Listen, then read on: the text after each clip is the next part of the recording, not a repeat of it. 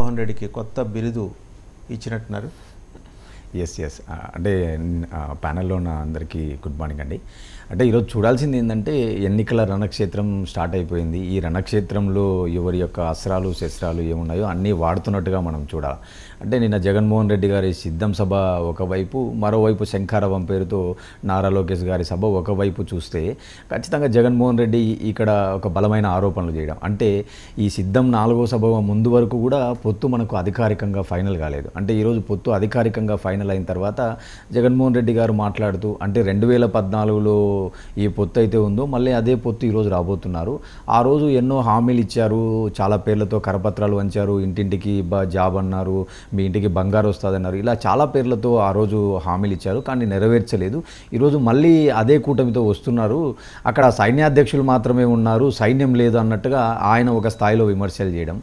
మరోవైపు లోకేష్ గారు కూడా ఉత్తర కొరియా అధ్యక్షుడు కిమ్తో జగన్మోహన్ రెడ్డి గారిని పోలుస్తూ రక్తం పీలుస్తున్నాడు, ధరలు పెంచుతున్నాడు, 9 సార్లు కరెంటు బిల్లులు పెంచారు, ఇట్లా వాళ్ళు కూడా రకరకాల ఆరోపణలతో ప్రభుత్వం పైన ఆరోపణలు. అంటే ఈరోజు చూడాల్సింది ఏంటంటే ఎవరి రాజకీయం వాళ్ళు చేస్తున్నారు. అంటే ఇటు సైడు మార్చాల్సింది ఎమ్మెల్యేలను కాదు, జగన్మోహన్ రెడ్డిని మార్చాలని చెప్పి లోకేష్ గారు మాట్లాడినా, ఇంకొక వైపు మీరు కేవలం గుంపులతో వస్తున్నారు, పొత్తులతో వస్తున్నారు, మేము సింగిల్గా వస్తున్నాం అని చెప్పి వైఎస్ఆర్సీపీ ఆరోపణలు చేసినా ఈరోజు స్థూలంగా ఒకటి స్పష్టంగా కనపడుతుంది.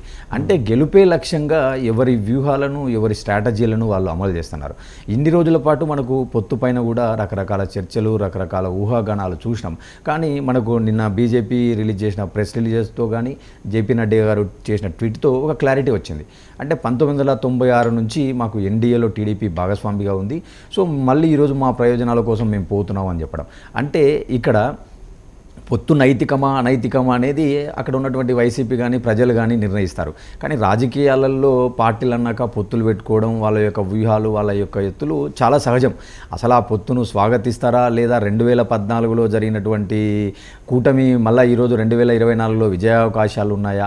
సో ఇలాంటి ఎన్నో అంశాలను చూడాల్సి ఉంటుంది. కాబట్టి ఇంకోటి ఒకటండి, రామ్నాథ్ గారు ఆయన నిన్న మాట్లాడేటప్పుడు, ముఖ్యమంత్రి గారు మాట్లాడేటప్పుడు ఎక్కడ ఆయన విమర్శల్లో బీజేపీ పేరెత్తటానికి ఒక్కసారి మోడీ అన్నారు అంతే, పేరెత్తడానికి కూడా సంశయించినట్టు కనిపిస్తుంది.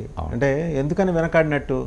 అదే ఏమంటారు అంటే వాళ్ళు ఇప్పుడు బీజేపీకి వాళ్ళు చెప్తారు, ఇప్పుడు ఇక్కడ బీజేపీలో ఉన్న చాలామంది పెద్దలు మాకు 18% ఉన్నాయి, అది 20% ఓట్ బ్యాంక్ ఉన్నదని చెప్తే, ఎప్పుడో 1998లో ఉమ్మడి ఆంధ్రప్రదేశ్లో ఆ రోజు వాజ్పేయి గారి నాయకత్వంలో ఒకసారి వాళ్ళకు 18% ఓట్ బ్యాంక్ వచ్చినప్పుడు వాళ్ళు దాన్ని నిలుపుకోకుండా ప్రతి ఎన్నికల్లో వాళ్ళు పొత్తులతో పోవడం వల్ల ఈరోజు సంస్థాగతంగా బీజేపీ అంత బలంగా లేదు. ఈరోజు ఒక ప్రశ్న అక్కడ నుంచి వస్తుంది.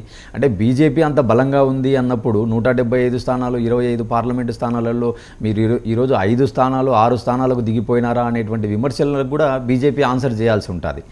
అందుగురించే ఇప్పుడు మోడీ గారిని ఎక్కువ మాట్లాడి లేదా బీజేపీ పైన 4 రాళ్ళు వేయడం కంటే వాళ్ళకు ఉన్నటువంటి కేవలం ఏదో 0.87 ఓట్ బ్యాంకు లేదా లెస్ దాన్ 100 కంటే తక్కువ ఓట్ బ్యాంక్ రావడం వల్ల వాళ్ళని ఎక్కువ విమర్శించకపోవడమే బెస్ట్. ఒకవేళ విమర్శించి వాళ్ళపైన వ్యక్తిగతంగా 4 రాళ్ళు వేయడం వల్ల ఈయనకు ఎంతో కొంత డ్యామేజ్ జరుగుతుంది. కాబట్టి వాళ్ళని ఇగ్నోర్ చేసినారనుకో, దానివల్ల కొంత అడ్వాంటేజ్, కొంత మైలేజ్ వచ్చే అవకాశం ఉంది. కాబట్టి జగన్మోహన్ రెడ్డి దాన్ని వ్యూహంగా వెళ్తున్నట్టుగా మనం చూడాలి. నిన్న కేవలం ఒక్కసారి ఆయన మోడీ గారి పేరు ప్రస్తావించడం కనపడింది నాకు. అంటే ఈ ముగ్గురి ఫోటోలతో 2014లో వాళ్ళు ఎన్నికల్లోకి వచ్చారు. ఆ రోజు కూడా మోడీ గారు, చంద్రబాబు నాయుడు, పవన్ కళ్యాణ్ గారు ఇదే ఫోటోలతో ప్రజల్ని మభ్యపెట్టారు, మోసం చేశారు అన్నట్టుగా ఆయన ఒకసారి ప్రస్తావించడం నాకు కనపడింది బాగా. మనం ఒకసారి తాతంశెట్టి నాగేంద్ర గారి దగ్గర, నాగేంద్ర గారు నిన్న సిద్ధం